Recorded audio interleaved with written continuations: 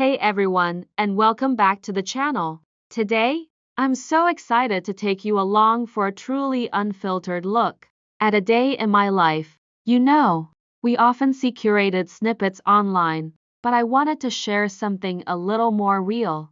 A little more, well, me.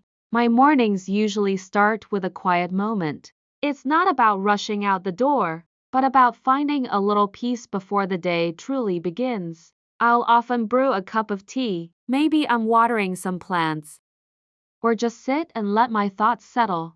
It's a small ritual, but it sets a really positive tone for everything that follows. Then it's time to dive into cook. For me, that means a mix of creative cook, research, and connecting with food.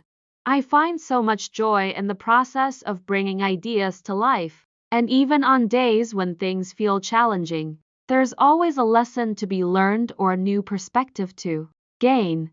I try to approach each task with a sense of curiosity and a willingness to adapt. Lunch is usually a simple affair, something nourishing that gives me energy for the afternoon. Sometimes it's a quick salad, other times it's leftovers from dinner. The key is to fuel my body without making it feel like a chore. The afternoon often brings a shift in focus.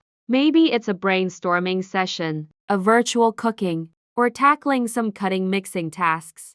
I've learned that breaking down larger things into smaller, manageable steps makes them feel much less daunting, and honestly, celebrating those small wins along the way is so important for staying motivated.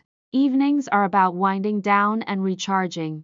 This could involve spending time with loved ones, pursuing a hobby I enjoy, or simply relaxing with some good music. I'm a big believer in the power of disconnecting from screens and engaging in activities that bring genuine happiness and a sense of calm. It's about creating balance, to embrace whatever comes my way. I hope this glimpse into my day offered a little bit of insight, and maybe even some inspiration. If you enjoyed this, please consider following along for more. I'm always happy to share.